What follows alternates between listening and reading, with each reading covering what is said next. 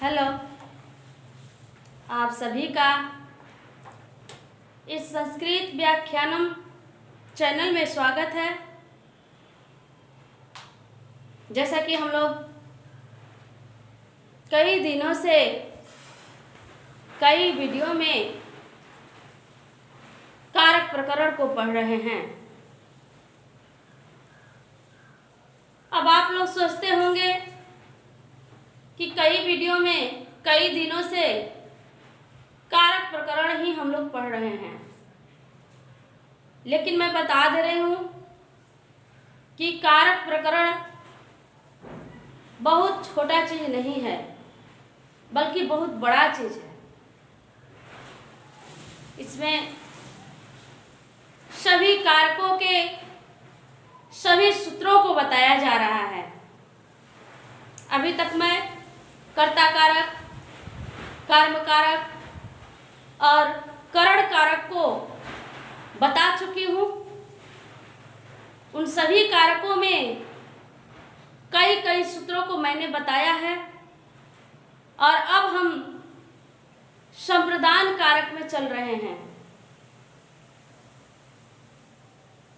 संप्रदान कारक किसे कहते हैं, ये मैंने पिछले वीडियो में बताया कि कर्मणायं भी प्रयति संप्रदानम, यानी जिसके लिए कोई चीज हो या जिसको कुछ दिया जाए उसे ही हम संप्रदान कहते हैं। लेकिन आज मैं यह बताने जा रही हूं कि संप्रदान किसे कहते हैं। यह तो हमने जान लिया, लेकिन संप्रदान में कौन सी विभक्ति है यह जानेंगे। अब सूत्र के द्वारा हम समझेंगे कि संप्रदान में कौन सी विभक्ति होती है। आइए सूत्र को देखते हैं। सूत्र है संप्रदाने चतुर्थी, यानी संप्रदान में चतुर्थी विभक्ति होती है। अर्थात जिसको कुछ दिया जाए या जिसके लिए कोई चीज हो तो उसमें चतुर्थी विभक्ति होती है। अब हम इसको उदाहरण से समझेंगे। आइए उदाहरण देखते हैं। पहला है, माता मुझे लड्डू देती है। माता मुझे लड्डू देती है। आइए देखते हैं इसका संस्कृत। माता मह्यम, यहां पर देखिए, ध्यान दीजिए, माता मह्यम मोदकम ददाति। अब ये मह्यम क्या चीज है?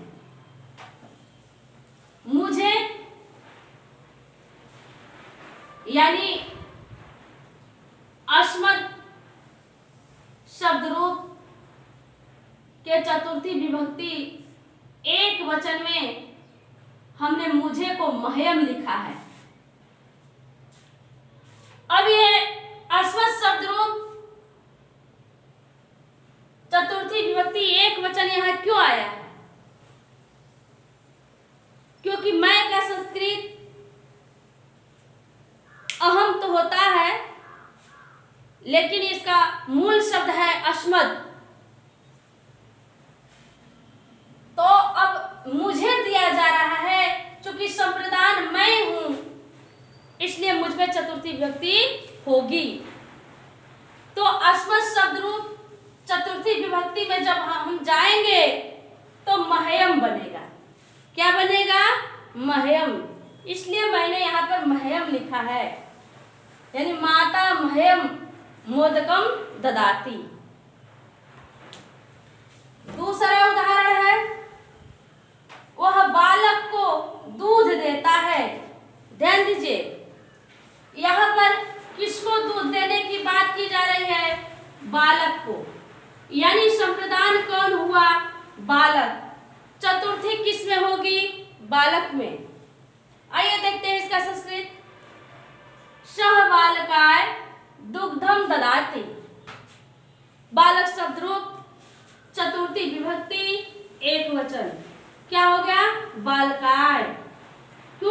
इसलिए हुआ क्योंकि बालक को दूध दिया जा रहा है, इसलिए बालक संप्रदान हुआ। और जब बालक संप्रदान हुआ तब बालक में चतुर्थी विभक्ति हुई। तीसरा उदाहरण, शिक्षक छात्र को पुस्तक देते हैं। हालांकि देते हैं में मान जाइए, हमने शिक्षक के लिए आदर सूचक शब्द में देते हैं लिखा है, लेकिन शिक्षक एक ही है यहाँ पे, इसलिए इसका संस्कृत में शिक्षक लिखेंगे। एक शिक्षक है, शिक्षक। अब वो किसको पुस्तक दे रहे हैं? छात्र को। संप्रदान कौन हुआ? छात्र हुआ। चतुर्थी किस में लगेगी? छात्र में लगेगी। तो अब शिक्षक छात्राएं, छात्र शब्द रूप चतुर्थी विभक्ति एक वचन, शिक्षक छात्राएं, पुस्तकम यच्छति, यच्छति और ददाति दोनों माने देता है, होता है। अगला उदाहरण है, किसान तुम्हें अनाज देता है। किसको दे रहा है? तुम्हें। तुम का मूल शब्द है युष्मत्,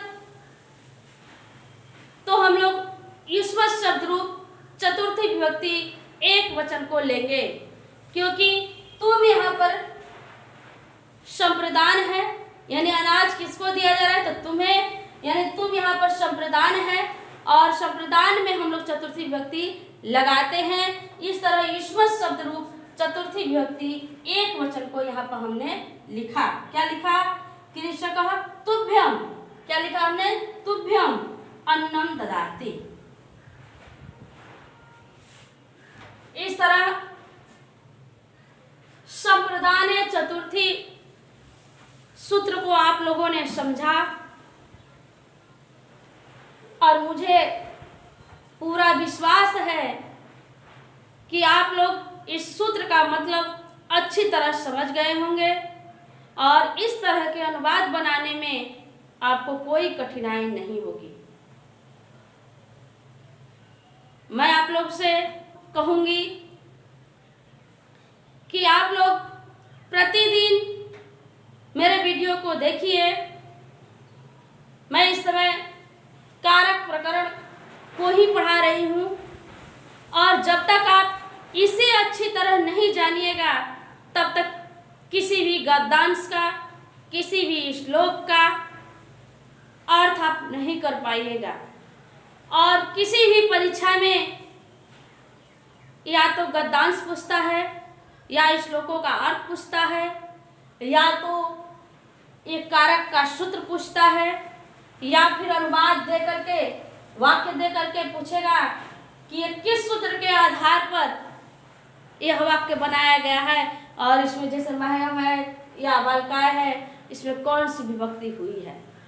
तो ऐसे सारे प्रश्नों के उत्तर आपको कारक पढ़ने से मिल जाएंगे। अभी के लिए इतना ही, धन्यवाद।